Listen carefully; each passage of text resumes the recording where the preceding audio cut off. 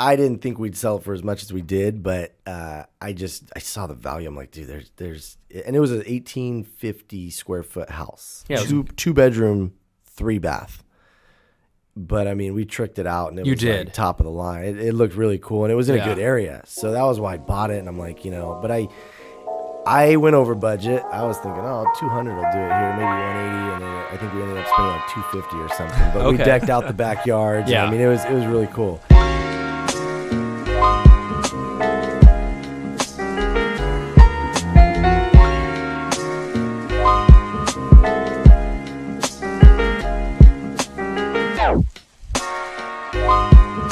All right, guys, welcome back to the Pursuit of Property podcast. Today we are joined with our friend, loan officer Mike Lowe. He's a managing partner over at Core Home Loans. Mike, how you doing? I'm good. How you guys doing? Good morning. Thank you for having me. Dude, it feels weird with no headphones. I know. It does feel weird. I made him take them off. No, I'm just kidding. We're trying it out, but we're excited today, man, because we've been talking with you. You obviously just opened up Core with everybody, but you've been in the works. You and I have been talking for a long time now, just about what's happened in the market, and then you shared some of your personal investing stuff that you've done, and we just wanted to bring you on both for your expertise and your experience, just to kind of talk with other people who listen to the podcast who might be hesitant to get started. Yeah, no, absolutely. Where do you want to start? Talking about lending or that, or what do you? Well, to start, dude, Mike, I only know you through Scott, so I don't really know a whole bunch about you. Can you just talk to us a little bit about yourself and how that kind of led into your just start in real estate? Yeah, no, absolutely. Good way to get into it. So yeah. I'll start at the very beginning and kind of make it as quick as possible. But I was a teller at B of A, Bank of America, when I was 17. Didn't know what I worked at, like Mainland, the skate shop before that. And I always remember I'd take the deposits to the bank. It was at Fashion Fair, so I was at the Fashion Fair, Mainland. Jake, our video guy. There we go. We'll talk after this. I'm sure we know a lot of the same people. I still talk to them every now and then. So yeah, small world. That's funny. That was the spot. I grew up skateboarding, snowboarding, all that stuff, and always wanted to work there one day, or SBI or something. And so I would always take the deposits every morning to the bank, which was across the street. And so got to know them, and I always thought, like, man, one day if I could just work at the bank, like, that'd be cool, like, that's like a good job. And so I ended up talking to a couple of those people over the year I was at Mainland or whatever, and then I remember going in for an interview with this guy named Adam, and the coolest manager ever. Ended up doing his home loan later on, and we still talk, and just came in with like the weirdest tie that was all short, like didn't know what you did. Yeah, I didn't know. I thought the bank manager out of my did. element, right? No, I was out of my element, and it was just funny. And I'm like, looking back, I'm like, dang, I'm surprised. I told him this too. I'm like, I'm surprised you hired me, dude. Yeah. But how I saw it, I figured you'd figure it out. And so I got the job at Bank of America. I was like 17, 18 years old, and ended up being the merchant teller, helping all the other people from the mall or all the surrounding retail spots. And so it was funny. I later on walked through the mall, and everybody, the bank guy. I'm like, yeah, my name's Mike. How you doing? Good to see you. My name's Mike. Because I was like the merchant teller at the end. And anyway, it was fun. But for a while, I worked at Mainland and the bank, and I would literally open at the bank or whatever, and then at like 5 or whatever, when they shut it down, I'd walk over to Mainland and then close over there. So I was just doing that even early on, like, gotta pay bills, or whatever. At that point. You started pretty young. Yeah. And my parents kind of made me grow up quick. They went through the whole 08 thing, and like, hey, here's your car insurance, your cell phone bill, everything I didn't even know existed at the time. And I'm like, yeah. So anyway, that was what happened. And then you got into real estate after dealing with that? So what happened was I worked at B of A for about 6 years, and I was that merchant. I was a teller, and then the merchant teller, and then I ended up moving to Cedar and Shepherd over here. It was like, they called it at the time the teller operation specialist or manager. I was the guy that walked like behind the tellers, and I was always like operations, right? And like, I'd always wanted to be like a personal banker and sales, and everybody's like, dude, you're not like, stay in your lane. You're not sales. Like, and I'm like, okay, whatever. And I always wanted to prove them wrong. And I always thought, like, one day if I could be the bank manager, like, that was my goal. Like, and it was possible, but it was a lot of politics in the bank and stuff like that. So that was what I wanted to do. Like that was what I had my mindset on, is like bank manager. But the bank manager managed the salespeople or the bankers and stuff like that. The assistant manager managed all the operation stuff. So keep going. I ended up at the Sean Valentine branch as an assistant manager, and I was still pretty young at that point, and that's a big branch, so it was cool. And then it worked out well. I was there for a while, but I mean, I was probably making like $40,000 a year and thought I was on top of the world. You know, I'm the assistant manager, blah, blah, blah. Nobody wanted to listen to me because I was younger. Everybody's older than me. And that was fun trying to do that. But then the manager walked out and kind of left, and he was a good guy, but just, I don't know exactly what happened, but he was gone for quite a while. And so I kind of had to step into that role too. And then I just got super tired of wearing a suit and like getting chewed out in the lobby by customers all the time and overdrawn or whatever it was. And so while I was at the Cedar and Shepherd branch, a good friend of mine, Tony Gonzalez, who works at Alameda, he did my home loan, and I bought a house in 2011, and he helped me with that. And he was always like, dude, get into the mortgage thing with us. You know, like they can give you a branch and you can sit there and you'll figure it out. And so I really wanted to do that. And then the lady that ran that home loan division for B of A, she's a really good friend of mine. I talk to her all the time still, but she was the one that kind of took a chance on me and was like, oh, rates are low, everybody's refinancing. We were doing a lot of those HARP refinances, where the loan to value didn't matter, the credit didn't really matter. It was just to lower your rate. So B of A as the servicer. It was to save people, right? Yeah. It was because they were underwater or whatever, but they had a 7% interest rate, so you could just, quickly refinance it. And I think the way that the bank looked at it is like, hey, if we service and have your loan anyway, instead of somebody else doing this, we'll do it, lower the rate, and keep you as a client, basically. And so I was just doing those like crazy and figured it out. And anyway, it kind of all went from there. I knew when rates went up, it turned into more purchase business than refinance back in like 2012 or 13 or whenever that was. And so I was like, I got to get out of here, because I'd see customers in the lobby. I was at the Fig Garden branch. And so I would see customers that I had pre-approved, and then they're like taking their EMD to go into the bank to get their EMD check or wire or whatever. And I'm like, oh, hey, how's it going? Did you find a property yet? And they're like, oh, yeah. My realtor told me to go with like a local legit lender. So after enough times, I'm like, okay, I get it. I'm going to have to switch it up here. And so ended up at Prospect Mortgage after that with Molly Meeker and all the gals over there at the time, and learned a lot. Molly's a savage. She's a savage, yeah. We should have Molly on too. You should have Molly on. Molly's something else. She's awesome, and she's still going, and she has a good balance, like what we were talking about. I think like work life and personal life balance. And so I learned a lot from her. I thought I knew what I was doing at B of A, and then I got into there, and I'm like, oh, I don't know anything. And she schooled me, and she was always looking out for me and other people, and it was good. So I think after about 3 years there, I went to Country Club Mortgage because Jerry, her name was, who hired me at B of A, left and was managing at Country Club. So I kind of, I actually, when I left Prospect, it was my mom had some serious health issues, and I had to deal with that. So I literally left without a plan. I just was like, hey, I got to deal with this. I'll figure it out. And then 2 days later, Jerry's like, hey, you ready to come work for me again? I'm like, sure. So just all worked out. You know? And so ended up there for a while, where I reconnected with that Tony guy I was telling you about. He ended up over there, and I connected with Pablo, who I work with now. We were there for a couple of years, and then ended up going to Homebridge, who had acquired Prospect. So I kind of went back to my old office, because everybody at Country Club kind of scattered at the time, just in our office. Obviously still a great company.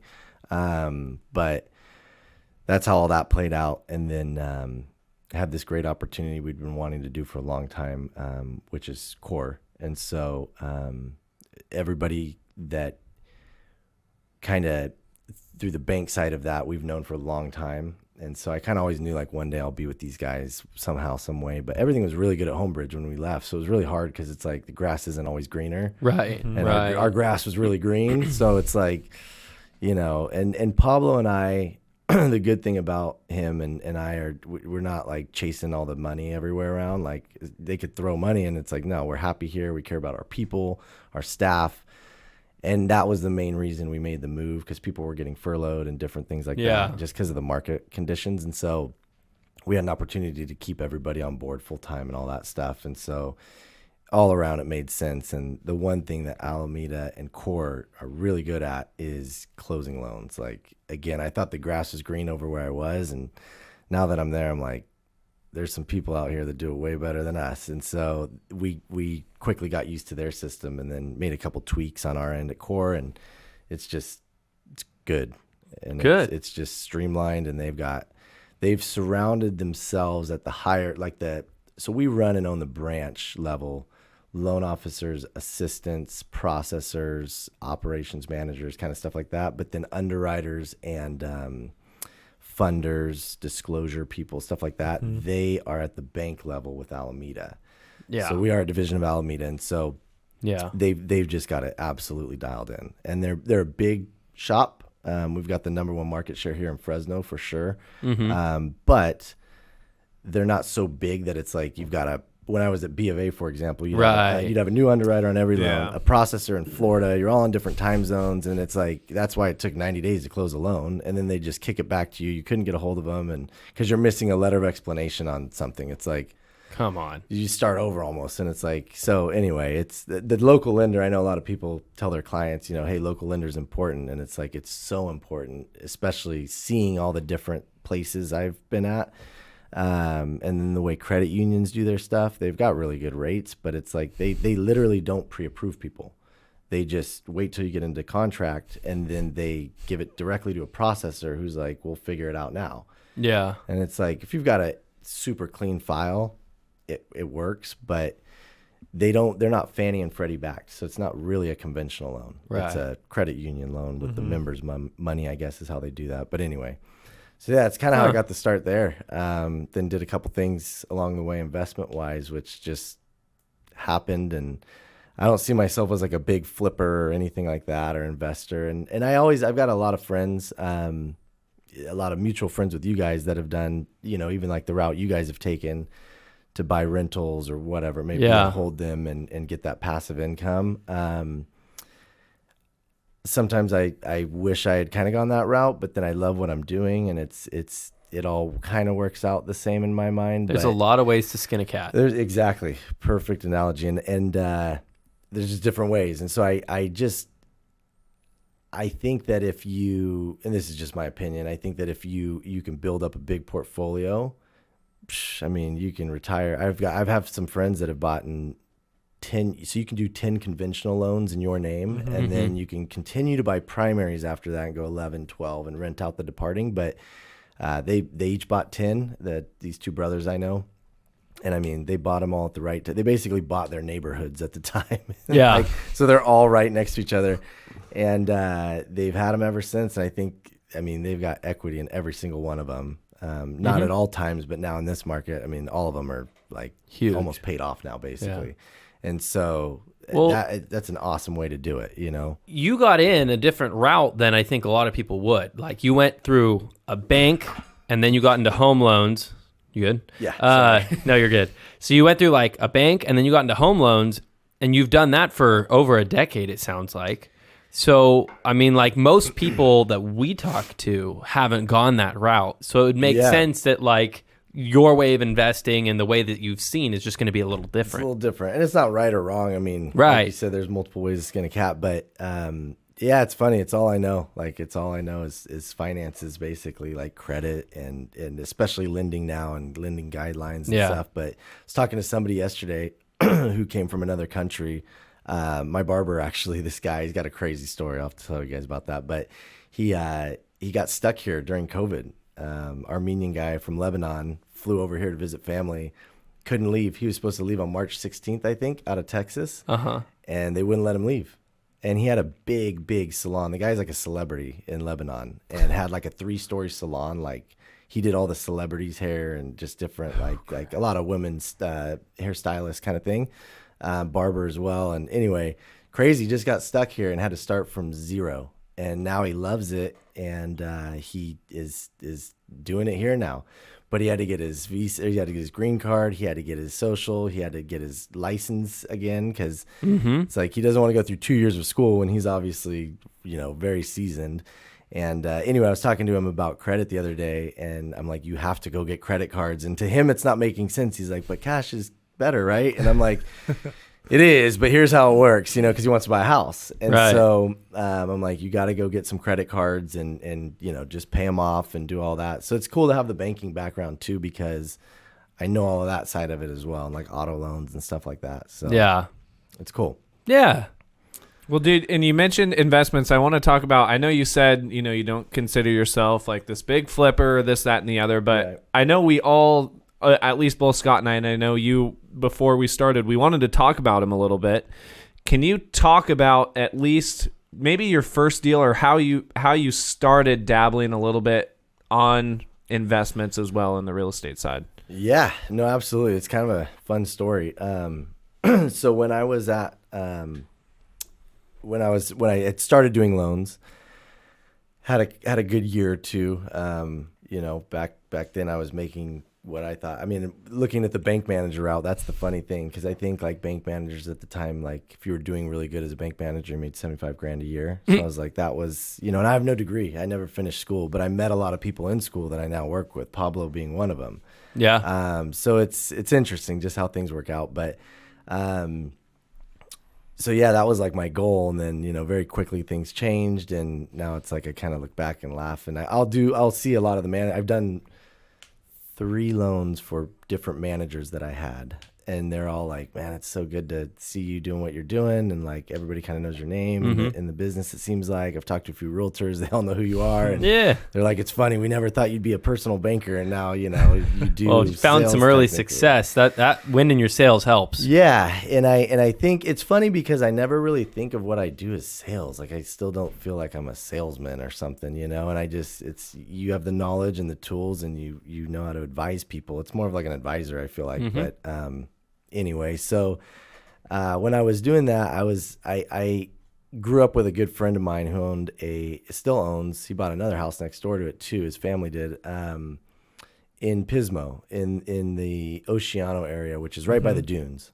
Yeah. Killer location. And Oceano doesn't have like the best reputation, but there's a section right on the sand, and it's like the coolest spot ever, because you could just walk out onto the beach, onto the dunes. And so anyway, we grew up going over there in high school. His mom had this kind of second home that they would Airbnb, and this was like in 2000. Well, we would go up over there in high school all the time, and I just remember thinking like, if I could just find like the dumpiest house over there one day and like figure it out or something. And it was like a dream. I never figured I'd actually do it, but I would always get on the MLS and look around and see. And so one day I find this place over there, and it was, the husband had just passed away, and the wife, they had another house in Slow. And the husband, like, unfortunately, I think just it all happened really quick. And so she's like, all right, well, first thing I'm selling is this house that he loved over here, because I don't go there.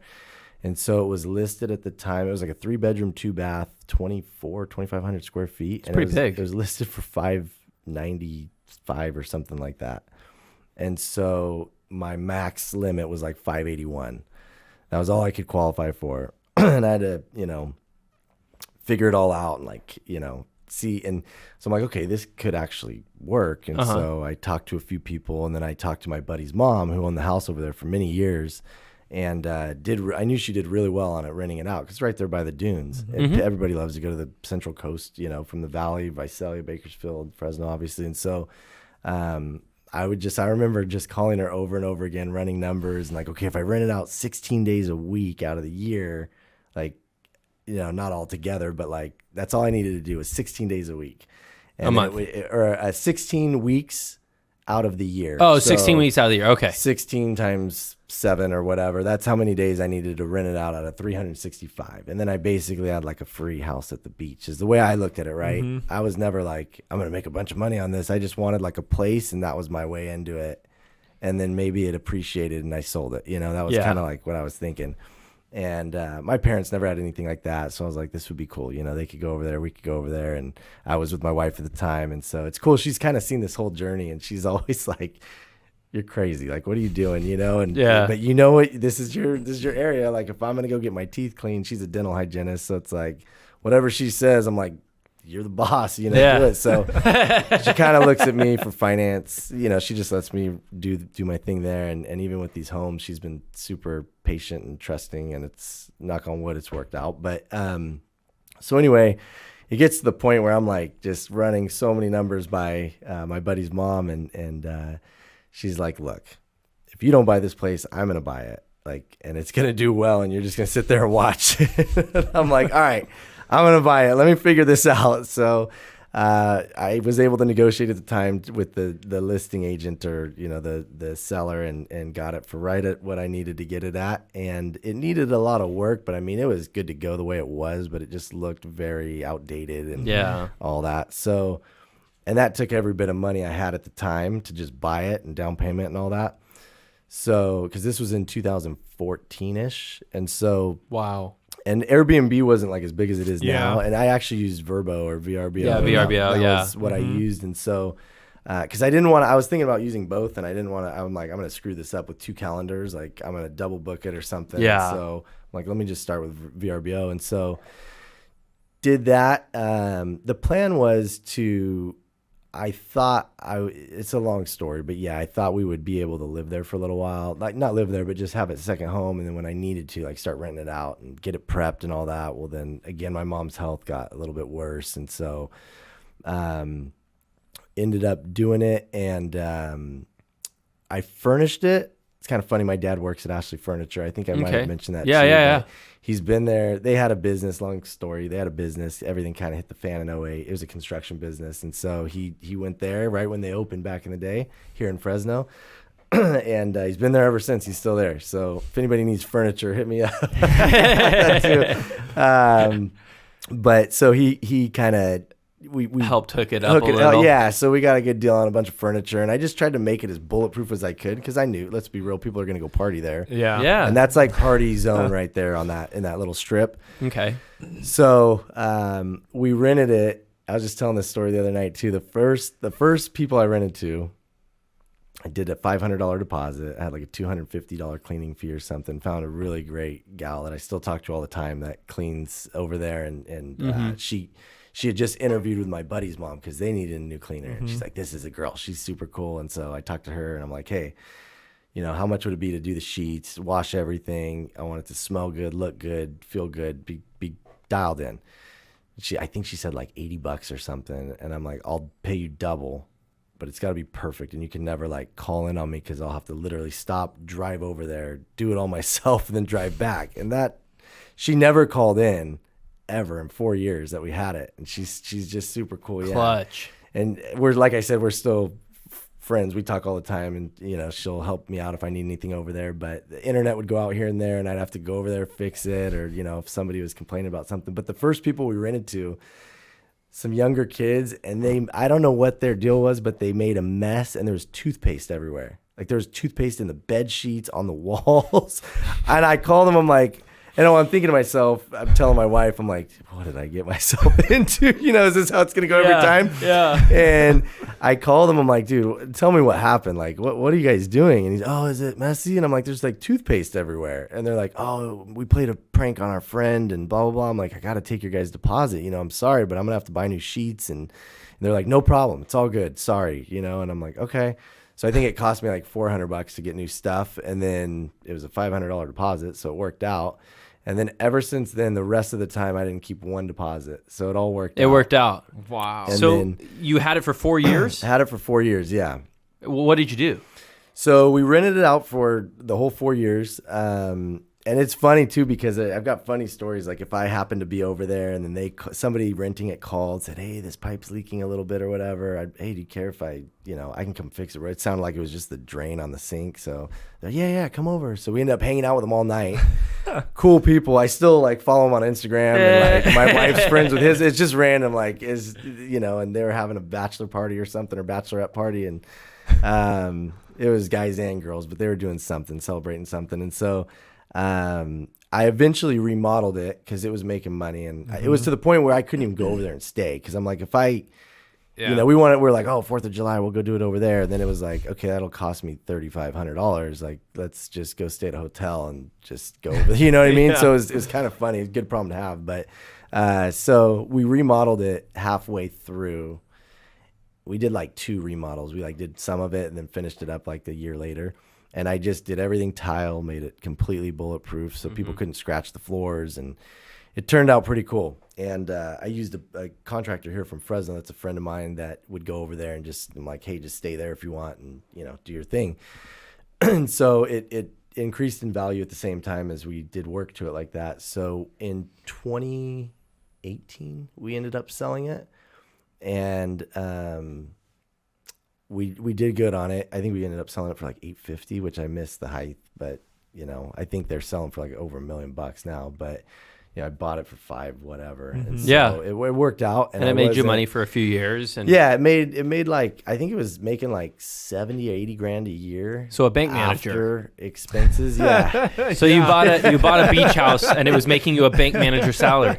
Yeah. So there you go. I was telling you earlier, it got to the point where it was like, when I was debating on buying it or not, I'm like, what's the worst that can happen? Like I get foreclosed on and just start over, but if she's sitting there telling me I'm going to buy this if you don't, I'm like, okay, she obviously knows what she's doing. Like I need to buy this place. And I'm curious, how come you guys end up selling in 2018?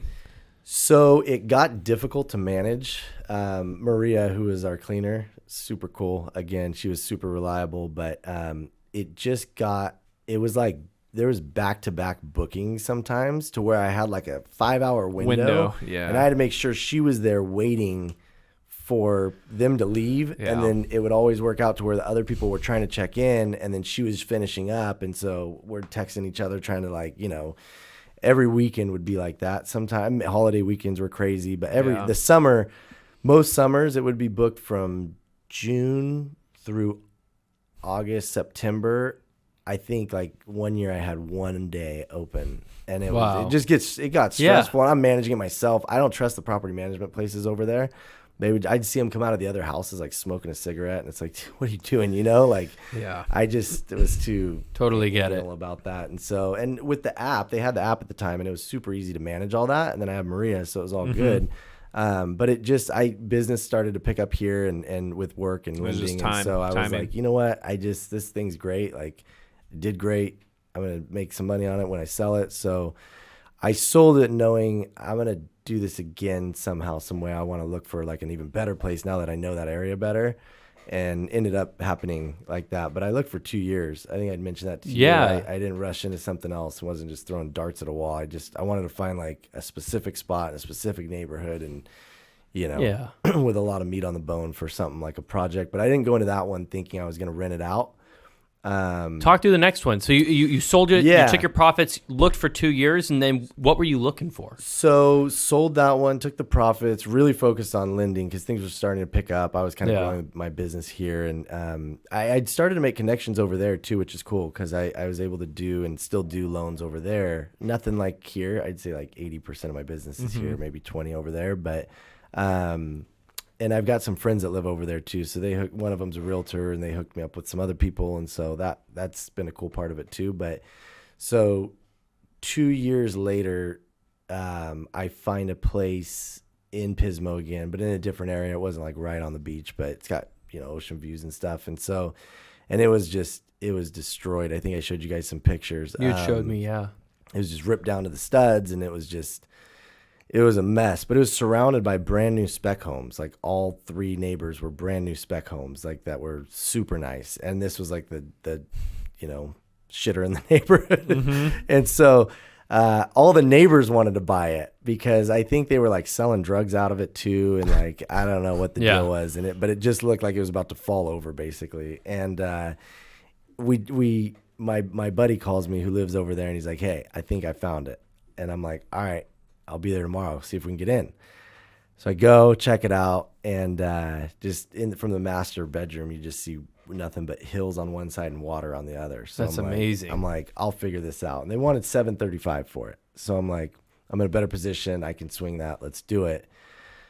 then it came into like, okay, how are we going to make this appraised? Like the value's there all day, but it was ripped down to the studs. So anyway, different financing and stuff, figured it out, all worked out. But then it took a long time to rehab because the contractors over there, everybody's in slow motion over there.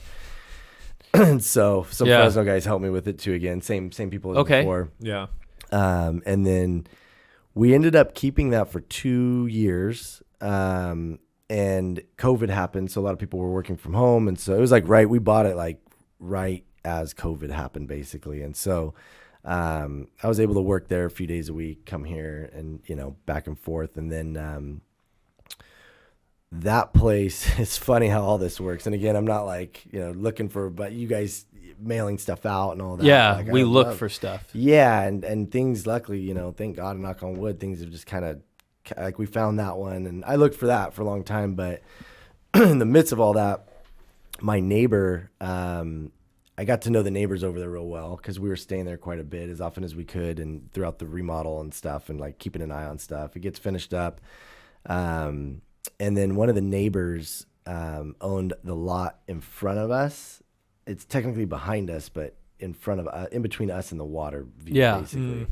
And it was like a killer 2 lots. And so she also owned the house across the street from her lots. And so we'd become friends randomly. And then she one day called me and said, hey, I'm going to sell my house and the lots. And, I'd love for you and your wife to buy one of them if you want to kind of do again what you just did here. And you did a great job, blah, blah, blah. And so I'm like, okay, let me figure this out. Like there's, all these things are running through my head. And I tell Rach, my wife, I'm like, there's no way this doesn't make sense, but what do we do here? The house was a 4,000 square foot house that needed a complete remodel. So it's like, that's a big bite to chew, and what's this market going to do?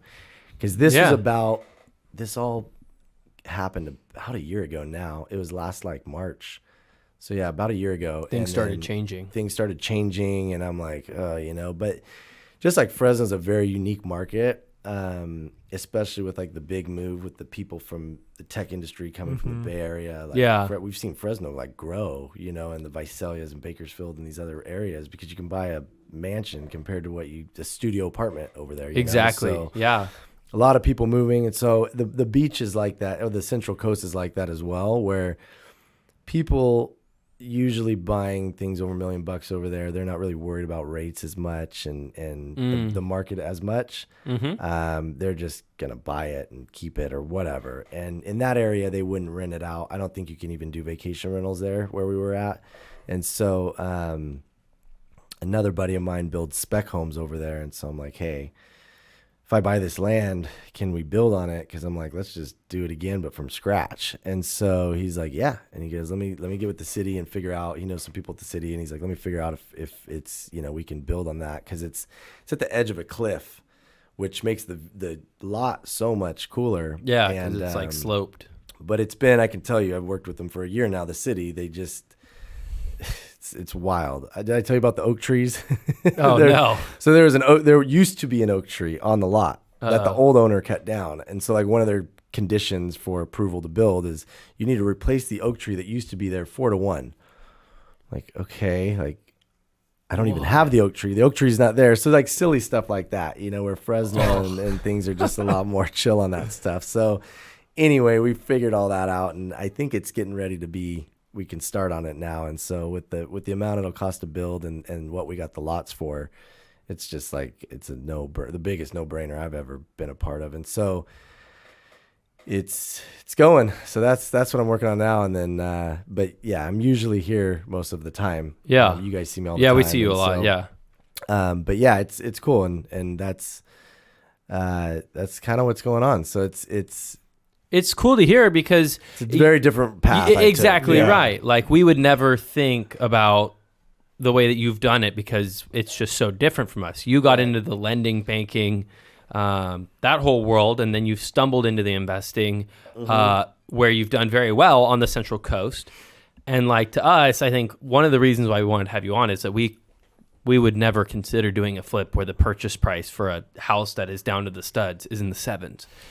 We don't even want to do a flip where it ends in the 7s. Yeah. So it's cool to hear that for you, That's been like no-brainers. It's all relative, right? Exactly. Because I didn't think we'd sell it for as much as we did, but I saw the value. I'm like, dude, there's, and it was an 1850 square foot house. Yeah, two bedroom, 3 bath.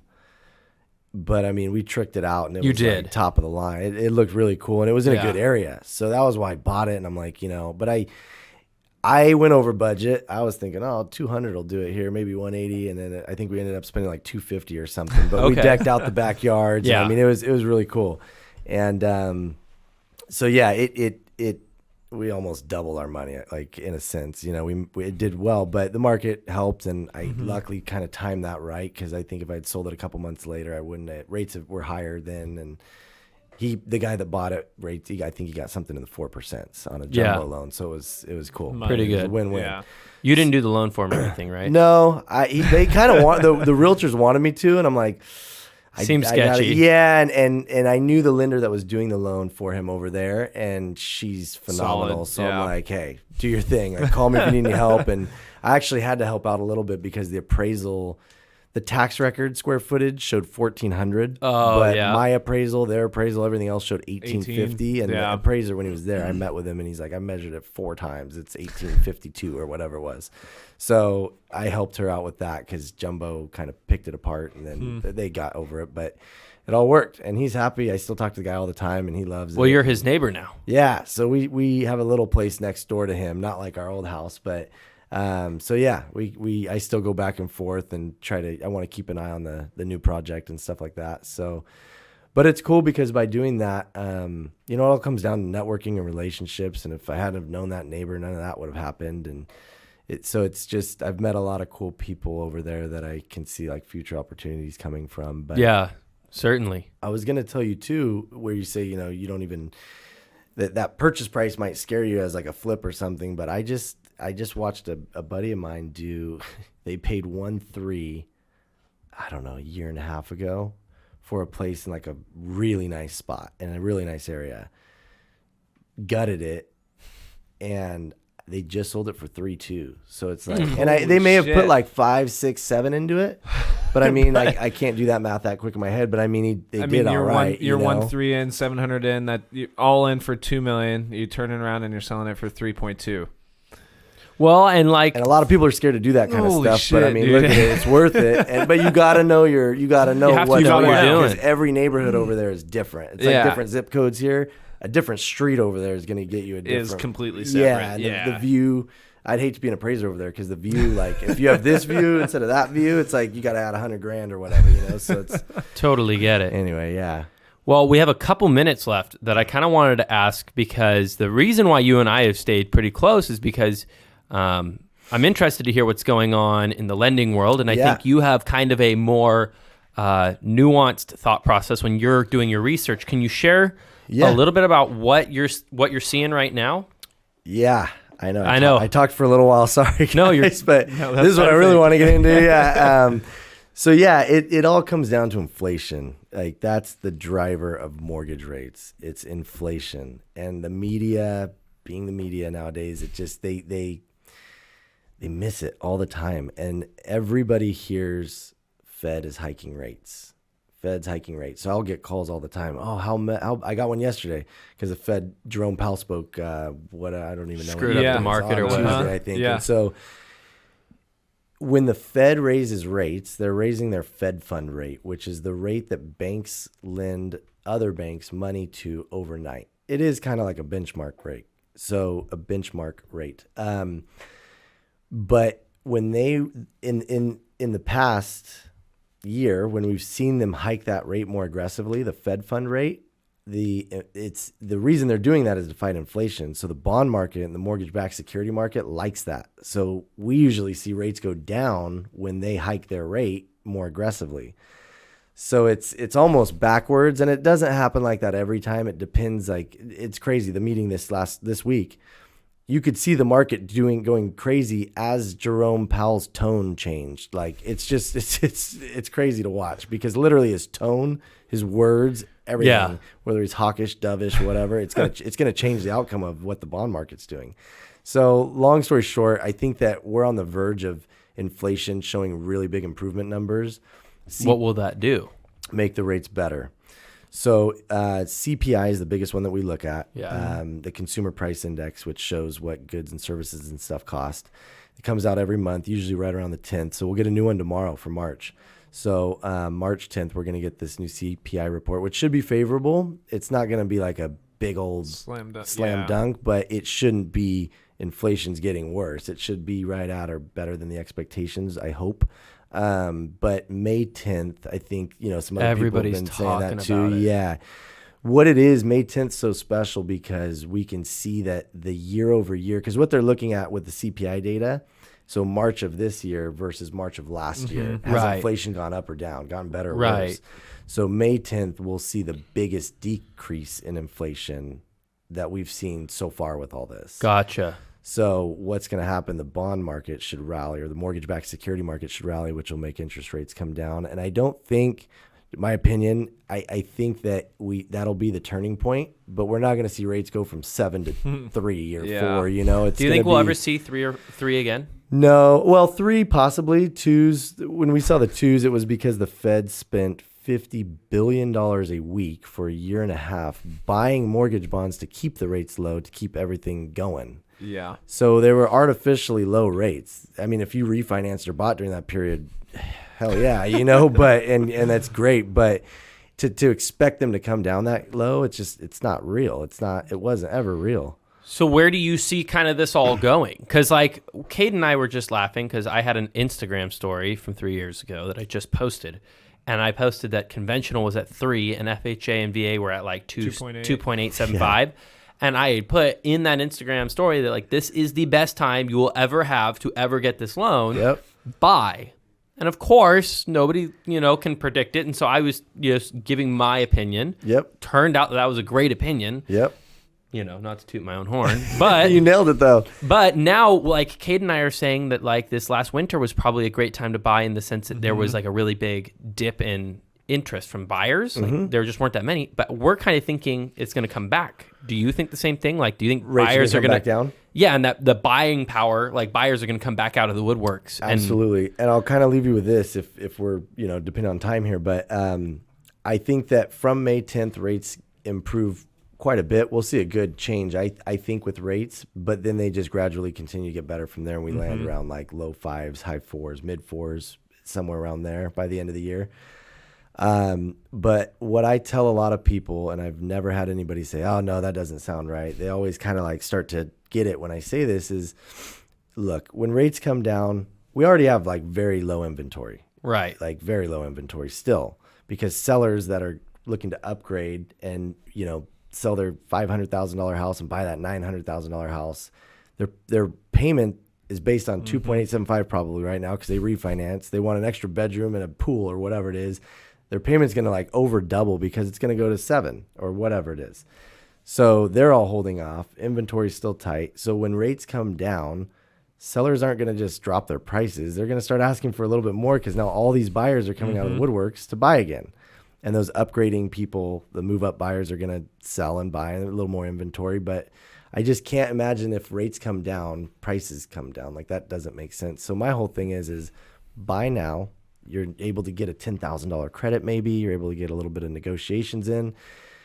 You walk into this crappy interest rate, but when rates come down, you just refinance it and you got a better deal on the house. And if prices go up, that helps with your appreciation to hit the 20% if you're exactly. not there. But if you wait, you walk right into a nicer interest rate, but you're paying $50,000, $60,000, $70,000 more for the house or whatever it may be, depending on the purchase price. So I feel like that's just, to me, it's a no. These rates don't scare me because the way the bond market like ecosystem works, the rates have to come down.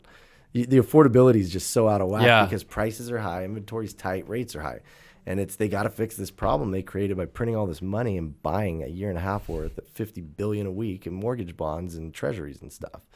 So it's interesting. So I think that's how it's going to play out. We'll see, but love to keep talking, but I know we're kind of out of time. But well, no, and I appreciate it because you shared a lot of info, and I think nobody has a crystal ball, so we'll see. And I mean, Corbin, you listened to Corbin's podcast with Jason. Corbin had shared his opinions, and it was funny seeing people online who came after Corbin and were like, "You're an idiot for this." There's always going to be those people. And it's just great because, our whole podcast, the purpose of asking you that question is not because we think that you're going to tell us some perfect answer. It's just to hear opinions. And you get enough opinions going, we'll have a general census of what we think's the right move. Well, and not only an opinion, but what I would call quote unquote an expert opinion, somebody who's doing their research, somebody who's exactly. Well, and I've lived it for a while, and I've seen, I get how it all works, and am I right? Hopefully, but I hope so I too. think the Fed's playing that never let them know your next move thing, so it's like this data could come out, Jerome Powell gets back up at the next Fed meeting and says something completely different than what he's been saying, and then it changes everything. So it's like, I think that's the way it's going to work out for all those reasons, but we'll see how it goes. But they just can't stay this high for that long. They can't. It doesn't work. You see what's happening now. It's like, it's crazy. Yeah. But I get why the further I dig into it, it's like, whoa, it all kind of makes sense. Like there's repercussions and side effects to doing all that. But it's like, what else do you do in that situation? But you just don't do it for so long. And the Fed's kind of notorious for letting things go on way too long. Because remember the whole inflation's transitory. Don't worry. Yeah. It's like, eggs or whatever, super expensive. Everything, exactly. Gas, exactly. So they're trying to dig themselves out of the hole, which is a very tricky puzzle to solve because you got it's like a teeter totter. You got recession and rates and recession and inflation. Because the first thing that happens in a recession is rates drop. Right. Well, if rates drop, inflation is going to bounce back out of control. So it's kind of like a very delicate dance, and I think what they're doing is working. But it's a real big lag in between of, hiking the Fed fund rate, waiting for these reports to come out, watching it catch up. So anyway, that's kind of my 2 cents on it. How would people find you? So, because you're not as flashy like you had mentioned earlier, like you don't go out and posting all this stuff, but how would people get a hold of you if they wanted to learn more? I my Instagram deal is just at Lowe, Lowe, and then my email is probably the best. I check that more than I check my text or anything else. I'm glued to the email, but it's Mike@coreloans.com. So MIKE@CORELOANS.com. Boom. So. Well, dude, Mike, thank you so much for coming on and sharing your story, sharing your opinion of what's to come in the market. We appreciate you big time, man. All of you guys out there listening, go hit Mike with a follow. Hit him up if you guys have any questions. And Mike, I know we're excited to kind of see all this stuff play out that you've got going on the Central Coast. And we'll wrap it up with that, gentlemen. Definitely. Thanks for coming on, man. Of course. Thank you, guys.